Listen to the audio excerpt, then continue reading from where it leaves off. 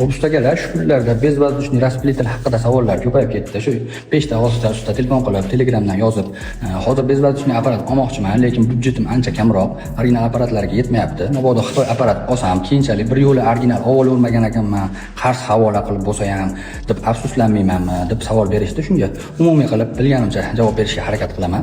Xo'p, original apparat bilan Xitoy apparatlarining farqlari, ya'ni Xitoy apparat bitta kamchiligi bor. Saplosi Xitoy saplovlar shunaqa xarakteri borki, sepkanizda ikkita yoniga chiziq tashlaydi, ya'ni polasa tashlaydi. Buni ba'zi imustlarda devordagi polasa hech yo'qolmasdan qurganda yana polasa bo'lib qolaverib qiynaydi. Bu muammoni yo'qotish maqsadida balandroq davleniyada sepishingiz kerak, ya'ni 150-160 barda. Balandroq davleniyada sepishda ham o'ziga yarasha qiyinchiliklari bor, ya'ni tegali joylarga sepganingizda ligrovka ushalmaganingiz hisobiga davleniya balandligi uchun albatta oqib qolishligi kuzatiladi. Yoki tekisroq joyda sepgan taqdiringizda ham tarkibida gips ko'proq bo'lgan imustalar sepganingizda qaysidir joyiga ko'proq sepilib, qalinroq sepilib olinadigan bo'lsa, o'sha joylari chandiydi, ya'ni mayda yoriqlar paydo bo'lib ketadi. Xo'p, bu muammodan qutulishda bemalol yo'li bor, cho'chilinmasa bo'ladi. Ya'ni saplovda originalini qo'yib olasiz. Biz misol uchun hammasini Graco'ga almashtirdik. Graco'da maslahat beraman bemalol. Graco'da saplovlarni qo'yib olib, yaxshi rezultatga erishsangiz bo'ladi. Ya'ni Graco'da saplovsi past davleniyalarda ham bemalol fakil ochilishi oson bo'ladi. Xo'p, ikkinchisi bez воздушный apparatlarda davleniyasi ozgina o'ynaydi. Ya'ni 120 davleniyaga qo'ygan bo'lsangiz, sepganingizda apparat pistolet bosishingizga 100 barga tushib qoladi. Buni ham muammosi yo'q. Sizga 90 bar kerak bo'ladigan bo'lsa, 110 ga qo'yasizda.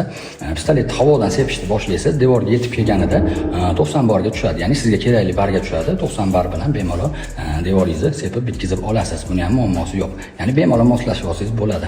Xitoy apparatni olib, bemalol shu zapchaslarini, originalini qo'yib, o'zingizga kerakli sifatga bemalol erisha olasiz.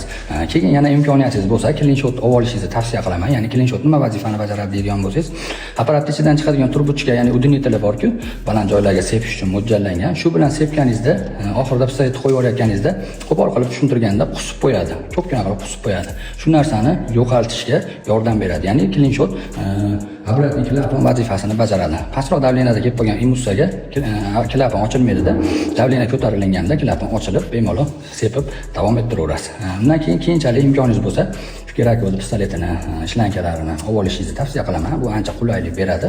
Xo'p, endi original apparatni misol uchun 700-800 dollarga ancha past xarakterli lyubitelskiysini olgandan ko'ra, men o'zim 400 dollar, 500 dollarga Xitoy apparatni baland xarakterliligini olishni afzal ko'rib, Xitoy apparat sotib olganman.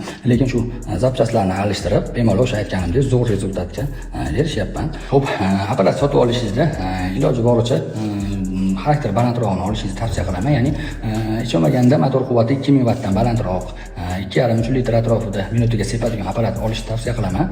Ya'ni xarakter sal balandroq bo'ladigan bo'lsa, qachondir maslinli lak, maslinli kraskalar sepishda ham qiynalmaysiz, bemalol sepaveradi.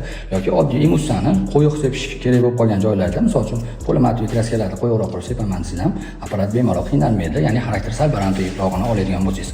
Xo'p, endi apparatni ham ba'zida so'rashyapti o'shalardan. Relayligi bor ekan, relaysiz bor ekan, qaysi biridan olay deb so'rashyapti.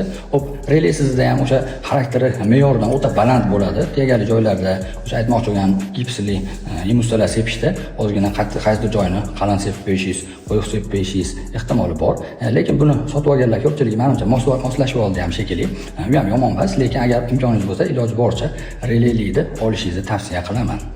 Ustagalar foydali bo'lib bo'lsa, xursandman, charchamanglar. Hammalaringizdan Alloh rozi bo'lsin.